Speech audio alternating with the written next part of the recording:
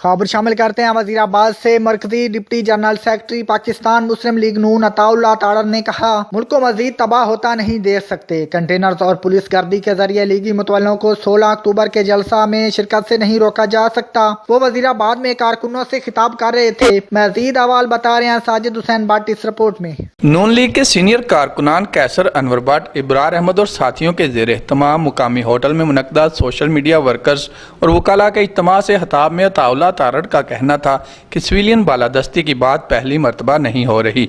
ये सिलसिला 1950 में शुरू हुआ। मौलवी तमीज़ुद्दीन केस भी इसी की याद दिलाता है।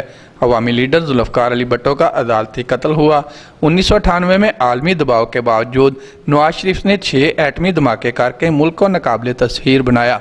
अदलिया की बहाली में किरदार अदा करके मियाँ नवाज शरीफ ने तारीख रकम की। वकला के ताउन के बगैर कोई भी जमहूरी तहरीक कामयाब नहीं हो सकती।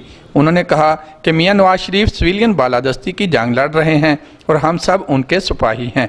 16 अक्टूबर का जलसा हुकूमत के तबूत में पहला कील साबित होगा और इस फर्जी हुकूमत का अंजाम बहुत करीब है। मुल्क में नाइंसाफ़ी का दौर दौरा है। चीनी चोर, आटा चोर, न्याजी नैब गठजोड़ से बाहर बैठे हैं और सियासी मुखालफिन को आड़े हाथों लिया जा रहा है। जहांगीर तरीन के बाहर भागने से हुक्मरानों का चोर होना साबित हो गया है। जनरल सेक्रेटरी पाकिस्तान मुस्लिम लीग नून पंजाब सरदार अवैस खान लगारी ने कहा कि शायद ज़रूरिया की कीमतें बढ़ने और अद्वियात की कीमतें बेकाबू होने से जो अवामी रिएक्शन आ रहा है, हालात हुकूमत के बस से बाहर हैं। वकाला जिस तरह आज हमें सपोर्ट कर रहे हैं, इसकी मिसाल नहीं मिलती। शरीफ खानदान और उनके साथी जमहूरियत के लिए बड़ी कुर्बानियाँ दे रहे हैं।